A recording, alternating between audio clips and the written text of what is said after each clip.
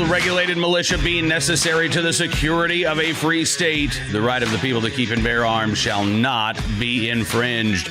Welcome to another edition of Bearing Arms, Cam and Company. My name is Cam Edwards. I'm glad you joined us on the program today. Coming up in just a matter of moments, we're going to be talking with Mark Oliva from the National Shooting Sports Foundation. So Governor Andrew Cuomo signing legislation in New York that attempts to do an end run around the Protection of Lawful Commerce and Arms Act. That's the 2005 federal law that was approved, by the way, on a bipartisan basis that prevents junk lawsuits from being filed against the firearms industry, seeking to hold them responsible for the actions of criminals. Well, New York trying to get around that federal law by changing its public nuisance laws in order to allow both individuals and, perhaps more importantly, the Attorney General of the state of New York to file lawsuits against gun manufacturers, firearm distributors, firearm retailers when guns are used in the commission of violent crimes. We talked with Larry Keane of the NSSF about this bill several weeks ago. He called it an existential threat to the firearms industry. And after Cuomo said that he will sign this bill, Larry Keane went on social media and said the NSSF will be filing suit. So let's get the latest from the National Shooting Sports Foundation about this attack really designed to bankrupt the firearms industry and prevent you from exercising your right to acquire arms that you can keep and bear. Take a look and a listen. Mark, thanks so much for coming on the program, sir. It's good talking with you today. Yeah, it's great to be on, Cam. Thanks for having me. You bet. Which was a better topic, but we did see Governor Cuomo do what I know that the firearms industry was hoping he would not. Gun owners certainly hoping he wouldn't, but gun control advocates have got to be loving this. I mean, he's signing this legislation that basically does an end run, or at least tries to do an end run around the Protection of Lawful Commerce and Arms Act. How are they trying to do this, Mark? I mean, you've got this federal law that says, look, you can't try to sue gun makers or gun sellers, trying to hold them responsible for the actions of criminals. That federal law is on the books, and yeah, that's exactly what New York is doing here. How are they justifying this? Well, they're just not even justifying it. They're just blatantly doing what they want and ignoring federal law, and that's why the NSSF plans to challenge this law in court. And what they're saying is that the public nuisance definition for suing any kind of firearm manufacturer for the criminal actions of a non-associated third party is legal grounds. Now, if we go back to before when PLCAA was enacted in 2005, these lawsuits were plaguing the industry, plaguing manufacturers, retailers, distributors, and they were continually being thrown out of court every time because they have no legal grounds. This runs counter to any understanding of tort law or trying to hold somebody accountable for their misdeeds or somebody else's misdeeds. The fact is that the way that this law is written, you would also be able to sue Ford and Budweiser for the actions of a criminal who got into a drunk driving accident and caused harm that way. It's someone who is using a firearm illegally, didn't have anything to do with the manufacturer, had nothing to do with the retailer, but they want to be able to hold the manufacturers. I think it's important to look back at the history of Governor Cuomo, who, when he was President Clinton's HUD secretary, had gotten together a bunch of housing agencies in different states and said that he wanted to use this method to bleed the industry dry. So he knew then that there was no legal ground. All he wanted to do was drag manufacturers into court and cost them court costs and legal fees to constantly have to defend against these attacks. It has no legal ground then. It has no legal ground now. And we look forward to, seeing this defeated again in court. Yeah, I mean, you could argue that Governor Cuomo is sort of the godfather of the Protection of Lawful Commerce and Arms Act itself. I mean, if it weren't for people like him, as you say, as he said, trying to bleed the firearms industry dry, even without, and I think it's important to note, Mark, like they'd love to get that, that big $400 million verdict from a jury, but they don't need that. I mean, their strategy going back to Cuomo's days at HUD was, look, it'll be death by 1,000 cuts if need be. Even if each and every one of these lawsuits get tossed out of court, these companies are still having to hire attorneys. They're still having to defend themselves. That costs money. And these firearms companies are not, they don't have endless piles of cash to rely on. So even if they don't get a big verdict, even if these cases don't go to trial, if they just flood the court system with these lawsuits, then they can bankrupt these companies and ultimately bankrupt the industry. And that's exactly what he's hoping to do, Cam. I mean, if we look at just what's been happening in New York alone, you've seen Kimber expand production and move their headquarters down to Alabama. Now, they still have production in New York, but you're seeing that companies are moving away. Darkstorm recently announced that they were going to be moving to Florida. We've seen that Remington is starting to come back online, and the 5 counties that surround Remington up in Ilion, New York, all sent letters to the governor urging him not to sign this into law because they knew the damaging effect it could have on the industry and the damaging effect it could have on the economic contribution that happens from the firearm and ammunition industry in New York. So people in New York know this. Governor Cuomo is not listening to the people. And it's interesting, again, that he's pursuing this. If you were able to survive his hour plus long press conference yesterday, there's a whole lot of talk about, standing up and trying to take control of the situation for the criminal actions in New York and the crime rise. But again, we're hearing this from a governor who's still dodging his own sexual harassment comments or complaints against him. We're seeing someone who still hasn't answered for his COVID, policies that have caused the deaths of thousands of New Yorkers. And we're still seeing someone who still hasn't answered for the fact that, there are allegations out there that he used his own staff to write a book that he's been selling and went up on the New York Times bestseller list. So there's a lot of things that the governor is not answering for, and he's shifting blame and shifting attention over to firearms manufacturers, which have always been one of his favorite targets to come attack.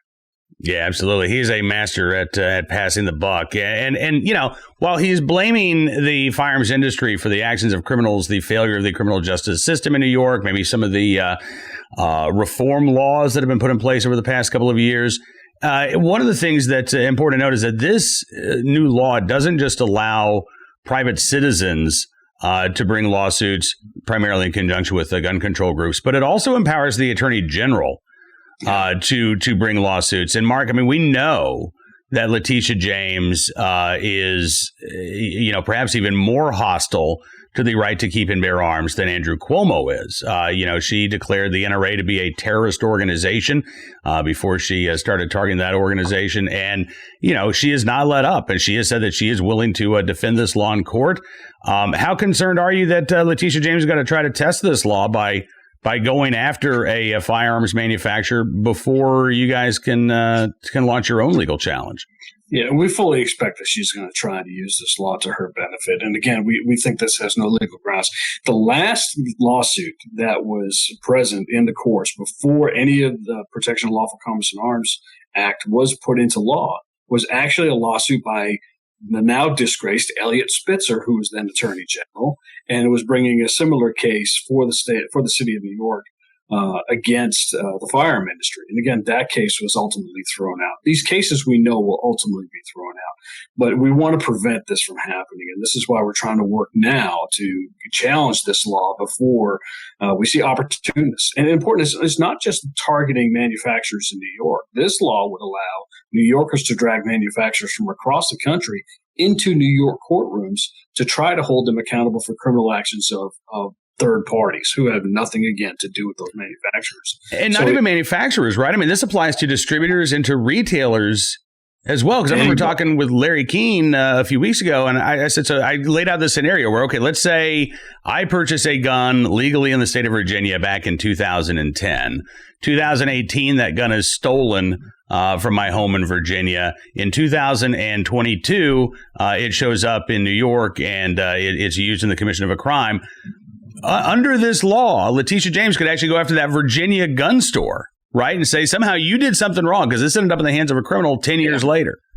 Yeah, and that's an important thing to point out, too, is the FBI has done their own studies on this, and they show us that over 90% of criminals who use a firearm in the commission of their crime admit to getting that firearm either through the black market or through theft. They're not buying it at a gun show. They're not buying it at a retailer. They're not going through the same criminal background check system that you and I are going through.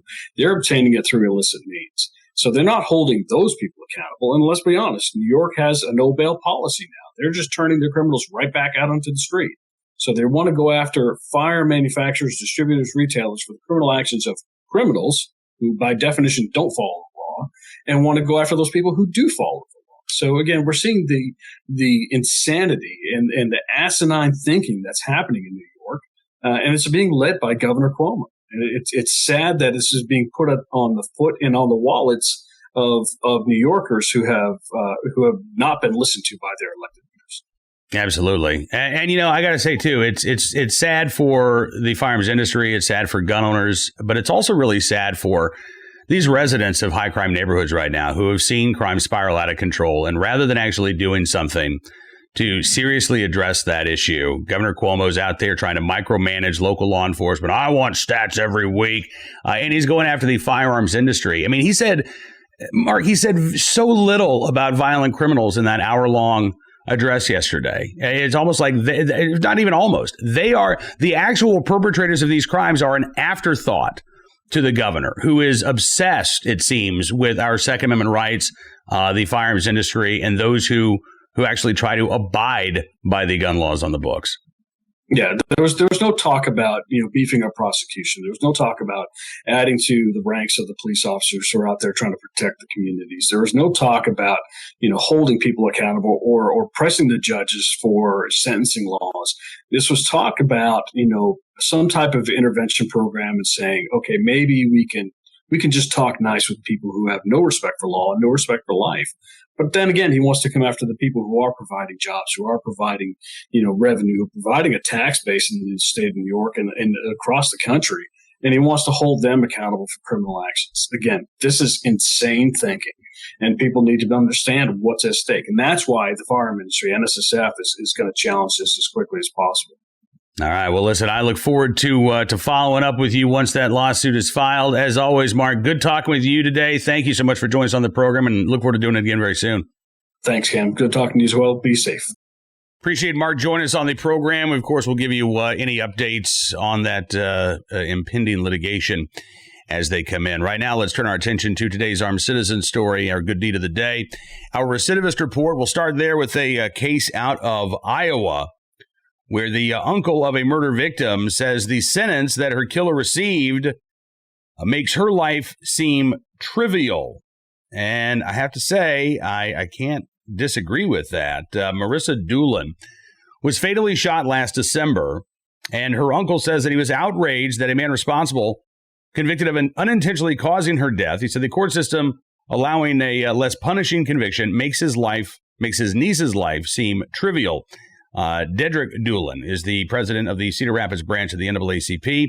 He said that during the sentencing for Lorenzo Burnett, that a person, quote, doesn't put a gun in someone's face accidentally. It was an intentional act. The 20-year-old was sentenced to 5 years for a conviction of involuntary manslaughter, as well as 2 years for tampering with a witness. That's an aggravated misdemeanor. The two charges will run concurrently, meaning he's only going to have to do 5 years. The judge also sentenced Burnett to another 5 years for a probation revocation for a previous conviction of intimidation with a dangerous weapon. Apparently, this guy's got a history of trying to intimidate witnesses. That sentence will run consecutively. So he'll serve the 5 years for killing a woman, and then he'll serve the 5 years for violating the terms of his probation. The judge, Ian Thornhill, said he understands how Doolin's family members must feel and how they've been affected, but he said, quote, her life is not trivial to the court. There's nothing I could do to bring her back. This is nobody's fault but Mr. Burnett.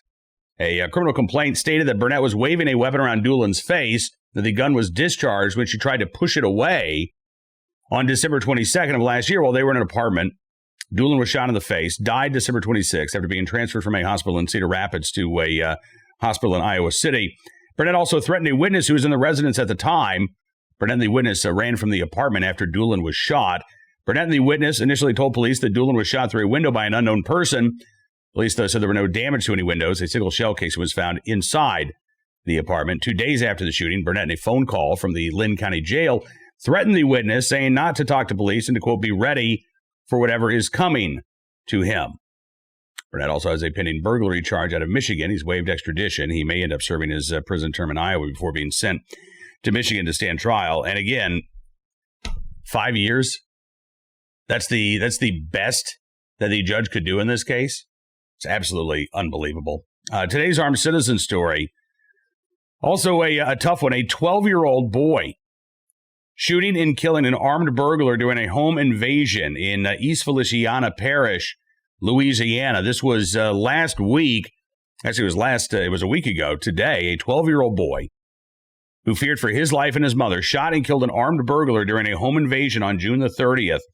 According to the local sheriff's office, a 32-year-old suspect in this case, Brad LeBlanc, was armed with a pistol, made contact with the primary female resident of that home outside of her home early Wednesday morning. He forced her then back inside the residence.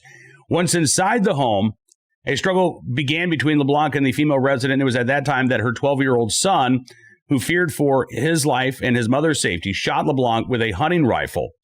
LeBlanc was pronounced dead at a local hospital by the East Feliciana Parish coroner. Sheriff Jeff Travis says, I don't know what you tell a kid like that. This is such a horrific incident that I tried to put myself in that position this week, thinking when my kids were 12 years old, if they had to do that, what I would have told them. He says he's kept in close contact with the mom. She told him that her son is doing okay. She's already taken steps to get him some help and support. And the sheriff says the support of the family and the community and the fact that the mother's very understanding, he's going to need some treatment and need to talk to people and helping him understand that he's a very normal person that was put in a very abnormal situation. Absolutely. No 12-year-old should be put in a position where they have to defend their mother with a rifle. Thankfully, however, no kid should be put in that situation. But because this child was put in that situation by that armed intruder, I am glad and grateful that he was at least able to protect his mom and himself from that home invader. I do hope that he's able to talk with folks, maybe even talk to the sheriff. But I hope he understands that he wasn't the one who put himself in that situation. It was that armed criminal breaking into his home and threatening his mother's life. And he acted as I believe any parent would want their son or daughter to act in defense of self and others. And tell you what, keep that 12-year-old in your thoughts and your prayers. And maybe mom should be in your thoughts and prayers as well. Finally today, our good deed of the day from Rochester, New York. Story from local Channel 8 there in Rochester about a Rochester police officer who is doing what he can to help young residents who are frightened by the rising violent crime. Steve Sweatman passing out books and stuffed animals when he shows up on crime scenes. He says, we've been responding to many violent acts lately, a lot of shootings, a lot of stabbings and violence, and these kids are around it. Recently, Sweatman was caught on a camera handing out some books and bears to a young child. Sweatman says, Mom told me he was shaken up. And as we were talking, he said, it didn't even click. It took me a couple of minutes. And I said, I've got the books and bears in my trunk. Those books and bears, by the way, come from a local church in Rochester, the Browncroft Community Church. They wanted to give the Rochester Police Department these tools to help youngsters cope whenever, again, a crime scene happens outside of their home or on their street. Adam DeVincentis with the Police Locust Club says, quote, a lot of our members just go out and try to put that little extra effort in. It's not something that the community often sees. Lieutenant Sweatman says he hopes that the acts make a difference in the community. He says, at least in one case, he believes it did. He says this little child lit up a bit, adding whether it makes an impact for the rest of their life or just helps them out for the next 15 to 20 minutes. It's better than nothing for sure.